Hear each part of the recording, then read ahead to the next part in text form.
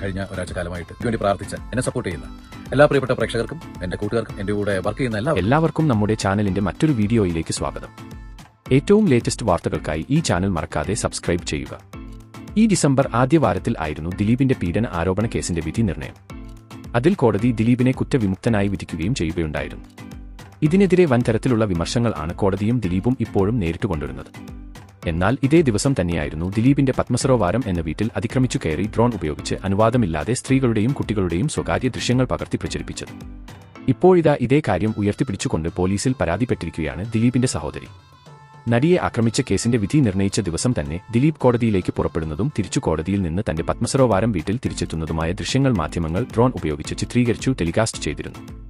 ഇതിനെതിരെയാണ് ദിലീപിന്റെ സഹോദരി ജയലക്ഷ്മി ഇപ്പോൾ പോലീസിൽ പരാതിപ്പെട്ട് രംഗത്ത് വന്നിരിക്കുന്നത്. പരാതിയിൽ പറയുന്നത് ഇങ്ങനെയാണ്: സാർ, സിനിമാ നടൻ ദിലീപിന്റെ സഹോദരിയാണ് ഞാൻ. മേൽ സൂചിപ്പിച്ച വിലാസത്തിൽ അദ്ദേഹത്തോടൊപ്പമാണ് ഞാൻ താമസിക്കുന്നത്. 2025 December 8 reporter TV, Asianet TV എന്നീ ചാനലുകൾ ഞങ്ങളുടെ വീട്ടുപറമ്പിലേക്ക് ഡ്രോൺ അയക്കുകയും സ്ത്രീകളും കുട്ടികളും അടക്കമുള്ള ഞങ്ങളുടെ എല്ലാവരുടെയും സ്വകാര്യതയിലേക്ക് അതിക്രമിച്ചു കടക്കുകയും ചെയ്തു. ഡ്രോൺ ഉപയോഗിച്ച് അവർ ദിലീപിന്റെ മാത്രമല്ല, അവർ സ്ത്രീകളുടെയും കുട്ടികളുടെയും ദൃശ്യങ്ങൾ പകർത്തുകയും അത് സംപ്രേഷണം ചെയ്യുകയും ചെയ്തു. റിപ്പോർട്ടർ ടിവിയുടെ സംപ്രേഷണത്തിനിടെ അവർ ഡ്രോൺ അയച്ചതിന്റെ കുറിച്ചും പരാമർശിക്കുന്നുണ്ട്. ഇതിലൂടെ ഈ കൃത്യത്തിനുള്ള തന്റെ പങ്ക് അദ്ദേഹം സമ്മതിക്കുകയാണ്. വീട്ടിലെ അംഗങ്ങളുടെ സമ്മതമോ മുൻകൂർ അനുമതിയും ഇല്ലാതെയാണ് ഡ്രോൺ പ്രവർത്തിപ്പിച്ചത്. ഇത് ഞങ്ങളുടെ സ്വകാര്യതയുടെ നഗ്നമായ ലംഘനമാണ്. ഞങ്ങളുടെ വസതി ഒരു പൊതുസ്ഥലമല്ല. ഒരു സ്വകാര്യ താമസസ്ഥലത്തിന് മുകളിൽ വ്യോമനിരീക്ഷണം നടത്താൻ ഒരു മാധ്യമങ്ങൾക്കും അധികാരമില്ല.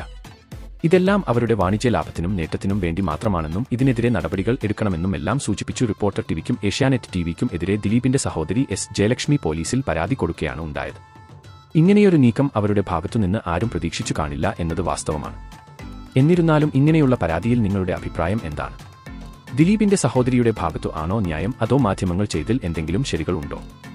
നിങ്ങളുടെ വിലയേറിയ അഭിപ്രായം താഴെ കമന്റ് ചെയ്യാൻ മറക്കല്ലേ. അപ്പോൾ ഇതുപോലത്തെ കൂടുതൽ വാർത്തകൾക്കായി ഈ ചാനൽ മറക്കാതെ സബ്സ്ക്രൈബ് ചെയ്യുക.